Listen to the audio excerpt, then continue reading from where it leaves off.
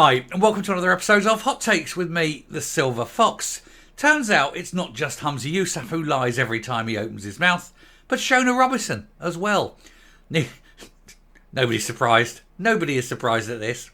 But the latest wheeze that they've been caught out on is that time when they were asked when to pass over all their WhatsApp messages. Because they're both told lies. They're both saying it is one thing when it's quite clearly something else. Why do they lie about something that is so easily found outable? It's just sheer stupidity. They can't even lie with conviction. They're that bad at it. It's not surprising for him, he's just naturally stupid. But with her, it's obviously a case of having an IQ of 86. He's worked at his stupidity. Hers is natural. So we'll have a look at this very quickly, see why they've lied, see why they've been caught out, and see what they're going to do about it. Probably very little. Here goes. I think it's about time we gave Shona Robinson a nickname as well. 86. Well, from now on, whenever we talk about her, we'll call her 86. It's not the year she was born, of course. It's her IQ. So anyway, 86 and Useless were accused of misleading Parliament in a new COVID WhatsApp scandal.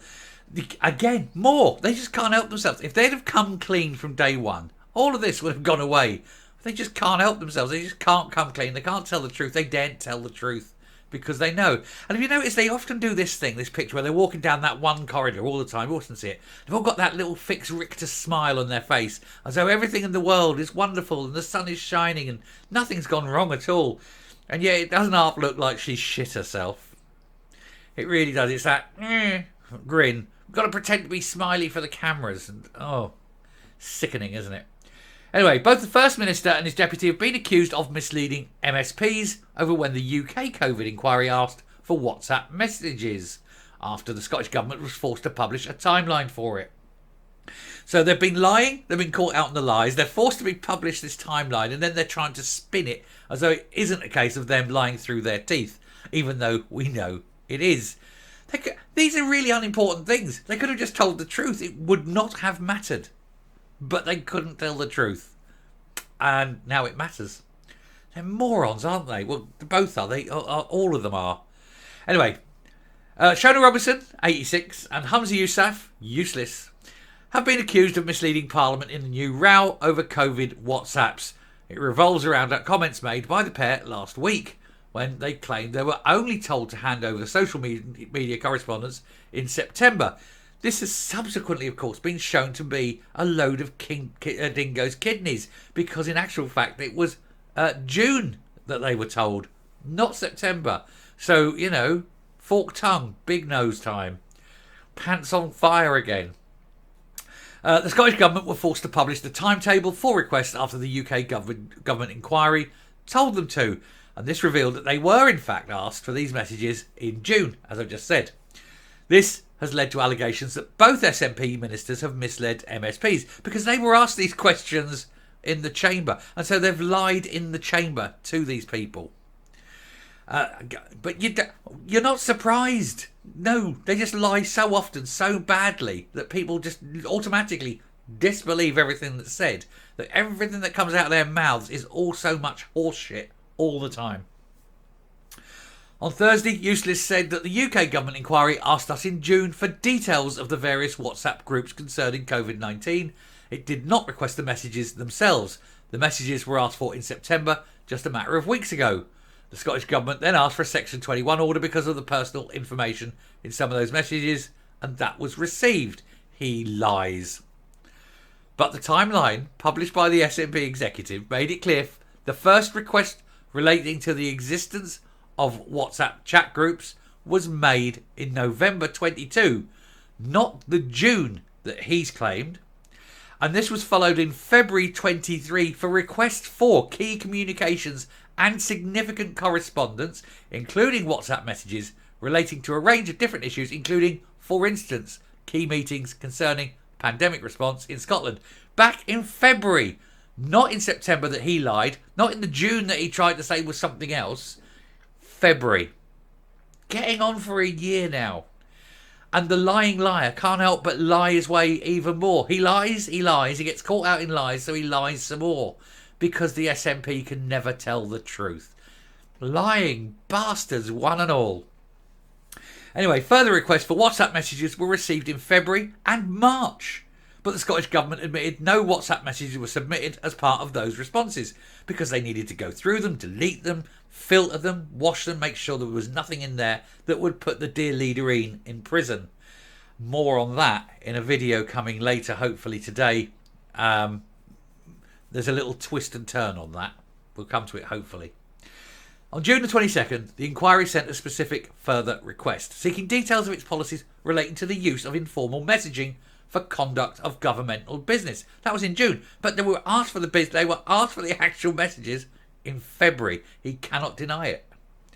Then in July and August, a significant number of Rule 9 requests were sent to individual members, former ministers and civil servants, all requesting evidence concerning WhatsApps and informal communications with cabinet secretaries, ministers, senior servants or advisors on whether on government-issued or personal devices, and asking for copies of such messages to be provided.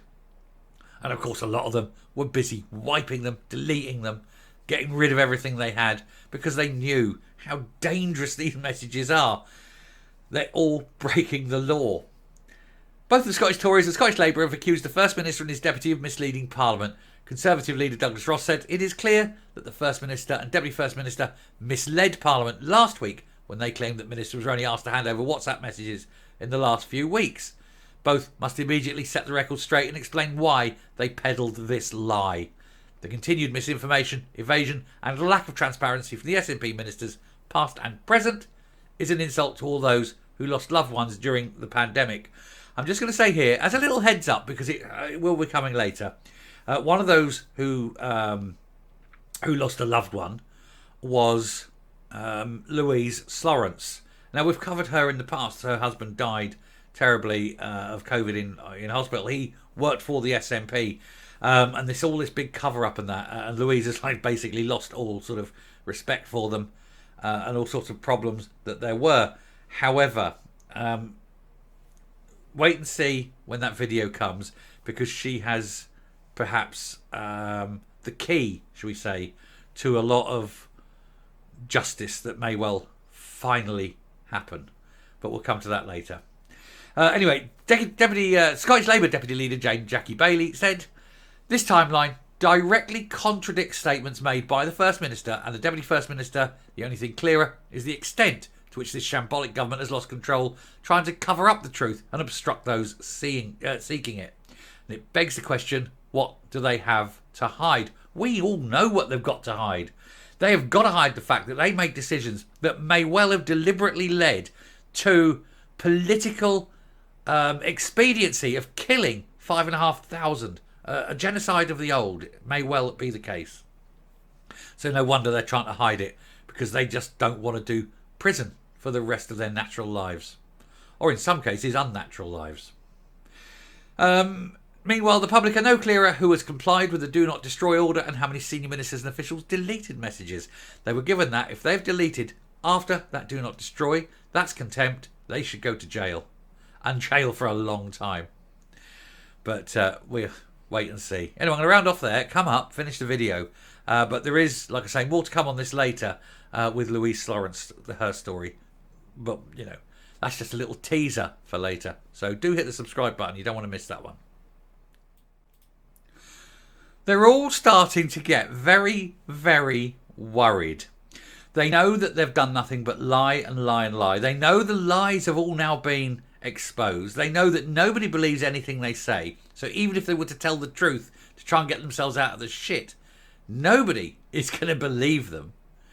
And the trouble is, they also are starting to realise, and this is where they're getting worried, they're starting to realise that some of these messages just haven't been deleted, and that they're sitting on various devices all over the place, and that people may well release them. And if you're getting these conversations released, oh dearie dearie me, prison beckons. Barlinnie will be fuller than ever.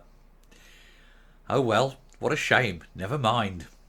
I shall stop there. Thank you very much for watching. Do please hit the subscribe button, ring that bell, leave a like, leave a comment, please share the video, and until next time, stay safe, stay well, and remember, you can't believe a bloody word they say. Bye.